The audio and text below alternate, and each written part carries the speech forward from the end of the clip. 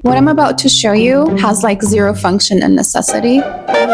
It doesn't feel good in my ear holes. Why am I like that? Oh dear.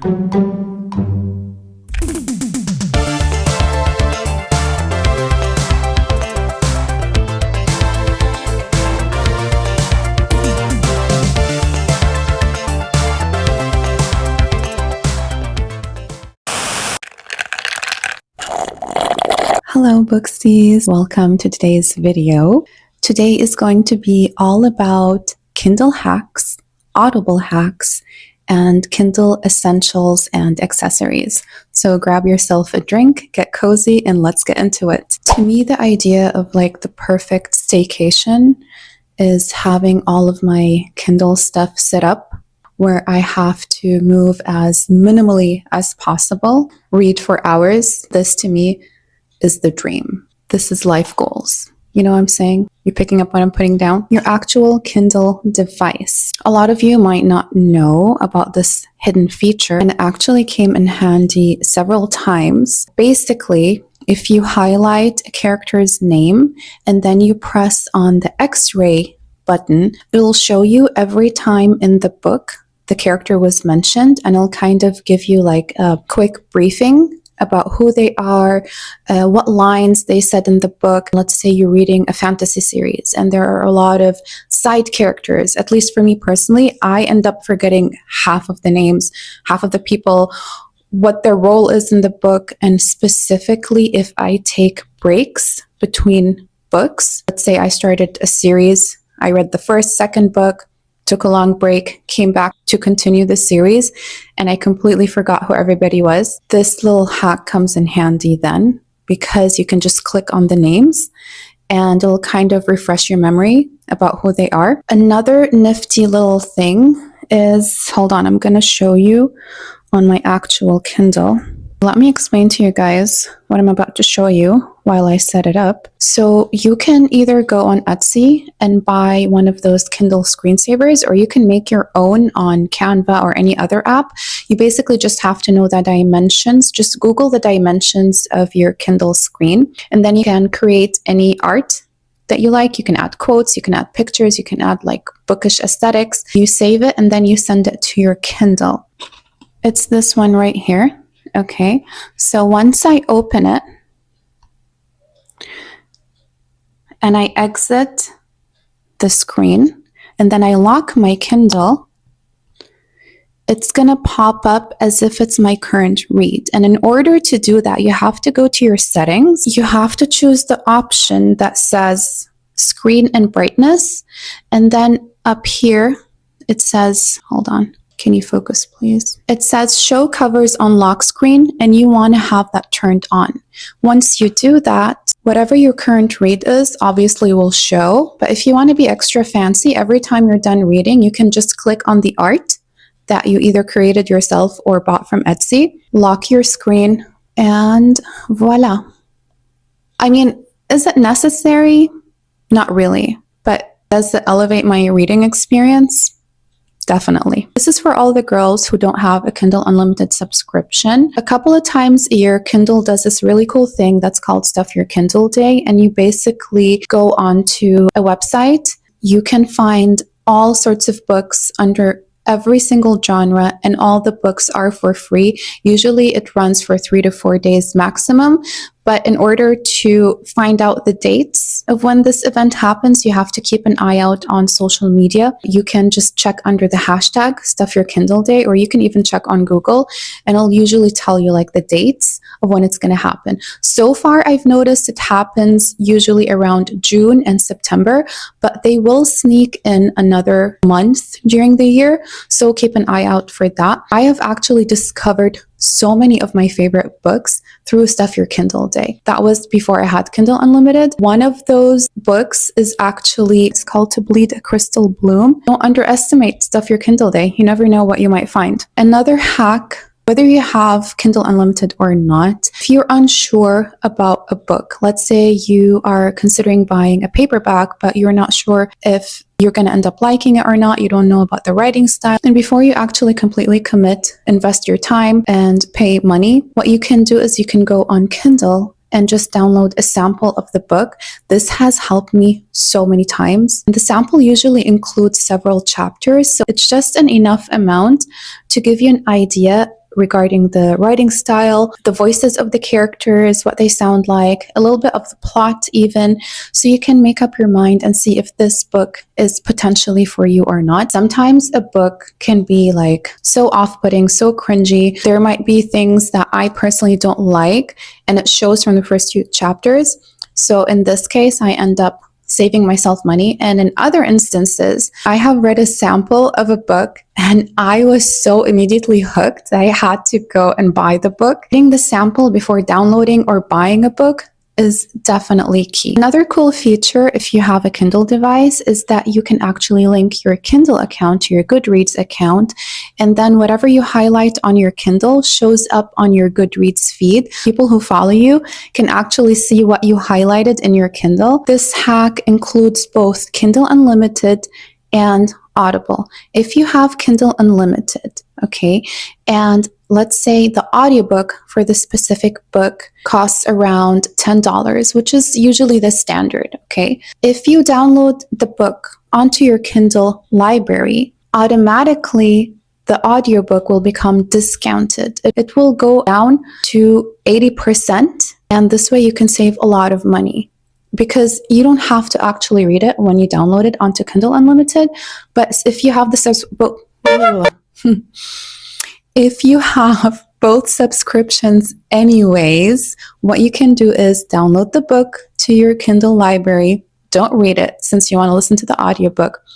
Go back to the Amazon website, buy the book for 80% off. And it ends up being like between $2 and $3 instead of the initial 10. Another tip regarding audiobooks. Now, I don't know if this is just for my Audible account because my account is German. So you have to check if your account is American, if that's the case for you as well. But I have noticed a price difference between audiobooks through the Audible app versus through the Amazon website. It's not such a major difference, but it could range between $2 to $3. And like, I'm sorry, it's the same book. Why am I paying more money? Always make sure that if you want to download Audible books, that you actually do it through the Amazon website. This could be like a personal preference, but I feel like most audiobook lovers out there do prefer duet narration. Duet narration is basically when the male character does his parts only, even in the chapters of the female character, and vice versa. Because sometimes it can give me the ick or really creep me out when the guy does the girl's voice, especially if there is some kind of romance going on in the book.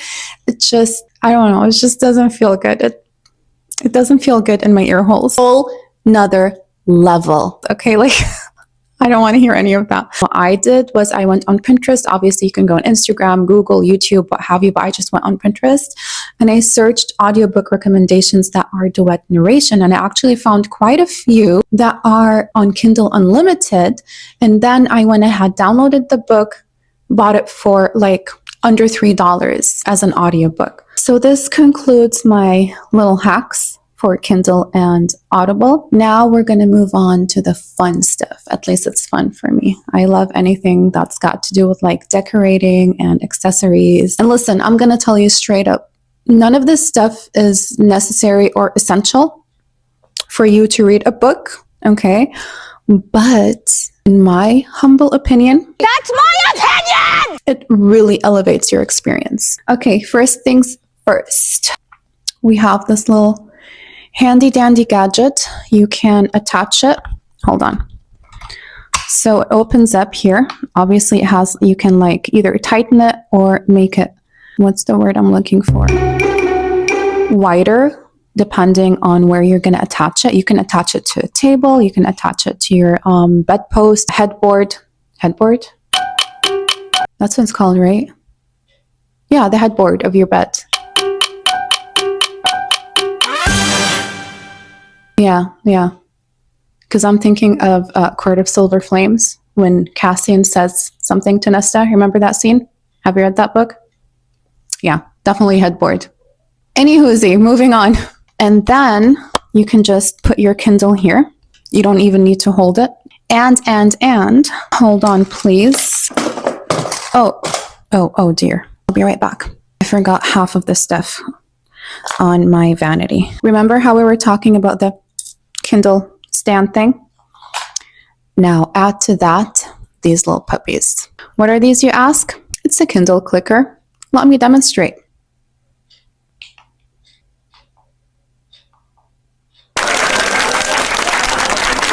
This takes your reading experience to a whole nother level. You know how sometimes you're like reading in bed and you're all cozy under your blanket, but one of your hands is inconveniently freezing because you have to hold your Kindle and keep tapping those frickin' pages? Yeah. Not with this baby. You just clip this part onto your device. Clicker stays in your hand. Hand stays snug under your covers, nice and warm. No more frozen fingers, especially for my anemic girls out there. I got you. Keep your hand warm, keep that blood circulation going, and click away. Now, if for some reason this contraption is not for you, or maybe you don't have a headboard or like any bedposts or anything, my second option would be this. Let me open it up for you guys. This is basically a phone stand, but I find that it works fabulously for Kindle. And you can even, hold on, you can make it straight up like that. And it's very nice and compact to take with you on the go. Like, let's say you're going on a picnic or you're going to a restaurant or somewhere where there's like a flat surface, or even your car. You know how many times I've used this in my car? I just prop it up on my dashboard or like in the middle of my steering wheel, put my Kindle, and click away. All right, so these are like accessories, but they're kind of useful. So they still sort of classify as necessary. What I'm about to show you has like zero function and necessity, but is highly necessary to me. Okay, let's talk about all the different kinds of covers that you can have for your Kindle. This is my current cover situation. I just have some stickers without any inserts, and then I have this glittery Kindle case on top. No pop socket, nothing. What you can do is, option one, these Kindle inserts I got from Etsy. If you go back and click on my bedroom makeover, bookshelf makeover video, I have the link to these posted down below in the description box. This can be a fun way if you're not really into stickers. You can just pop it into your Kindle case, and then you have like this beautiful art. If you do love stickers like I do and you're an addict, you can just go ahead and either get yourself, I'm trying to show you without dropping all the stickers, and you can get yourself a bunch of stickers either from Etsy or from Shein, Temu. I mean, they have these all over the place, Amazon. Obviously, I'm not going to bore you to death with the stickers. I have another video where I kind of like show you all of my stickers. But for example, this one says Queen of Books. Then there's like these cute, hold on.